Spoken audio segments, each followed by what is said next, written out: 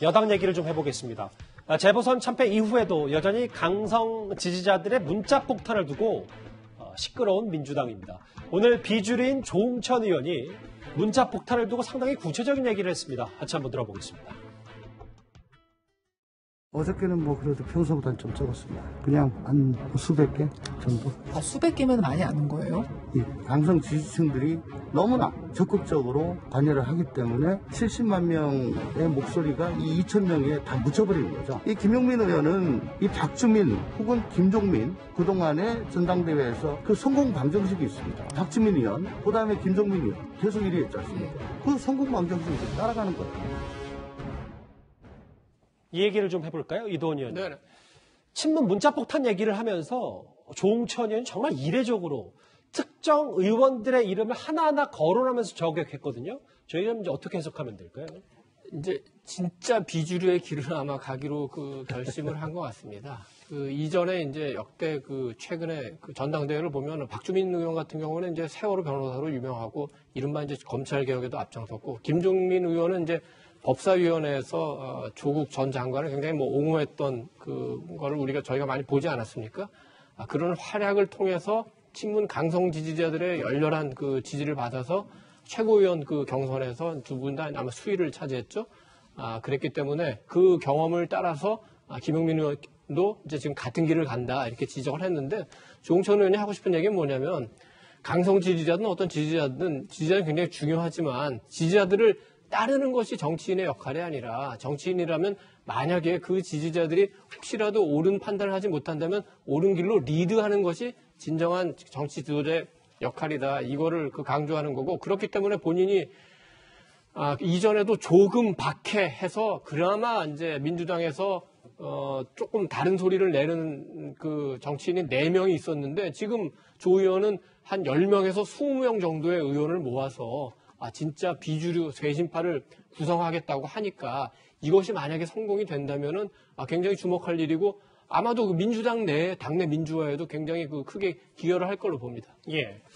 네, 김태현 변호사님. 오늘 특히 또 조응천 의원이 본인이 받은 문자 폭탄 내용 일부를 또 공개했는데 그러니까 70만 이 당원 목소리가 2,000명 강성 지지자들에게 묻힌다 뭐 이런 얘기겠죠. 근데 뭐 제가 다 읽지는 않겠지만 조응천 의원이 오늘 이름 실명도 거론하고 문자 내용까지 공개하고 뭐 작심을 한 것 같긴 하네요. 작심을 하고 나온 거죠. 그러니까 이제 우리가 의견 개진하고 비난은 좀 구분해야 되는데 뭐 강성 친문뿐만 아니라 국민의힘에도 강성 지지자들이 있을 거 아니겠습니까? 그러니까 저는 유권자들이 특히 권리당원 아마 국민의힘에서는 책임당원이라고 부릅니다. 그 당원들 권리당원이나 책임당원된 당원들이 소속 의원들에게 본인의 의견 개진을 얼마든지 할 수 있다고 봅니다. 하는 게 맞죠. 의원님의 그 법안은 저는 반대입니다라는 할 수 있는 거예요.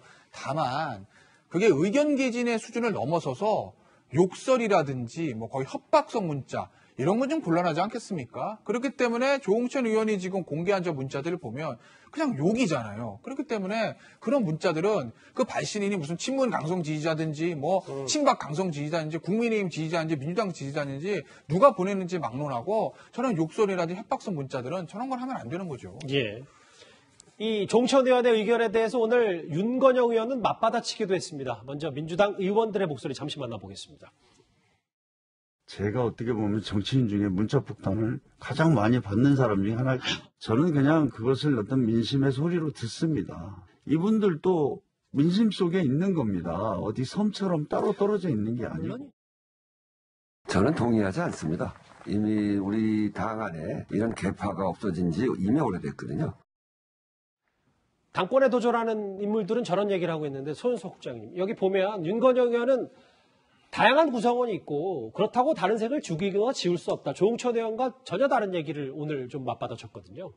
이게 이제 하나의 언론의 문제이고 민심과 당심의 문제일 수 있는데 이제 윤건영 의원 얘기대로 그거 뭐 당원 중에 일부니까 그냥 무시하면 되는 것 아니냐. 선출직이면 그 정도는 감당하고 가야 되는 것 아니냐라고 얘기할 수는 있겠지만 그것을 당하는 사람 입장에서는 상당한 어떤 압력 으로 때로는 이제 폭력으로 받아들일 수 있는 그런 환경이 있을 수가 있는 것이고 또 저런 부분들이 이제 자꾸 얘기가 되면서 부각이 되면은 언로가 막히게 되거든요. 그렇다면 민심과 당심의 괴리가 커지게 되고 그런 부분들이 결국은 민주당 입장에서도 좋지 않은 상황이 되기 때문에 저런 어떤 이른바 그 문제, 적극적인 당원들의 문제가 자꾸 이렇게 나오고 있는 것이죠. 예.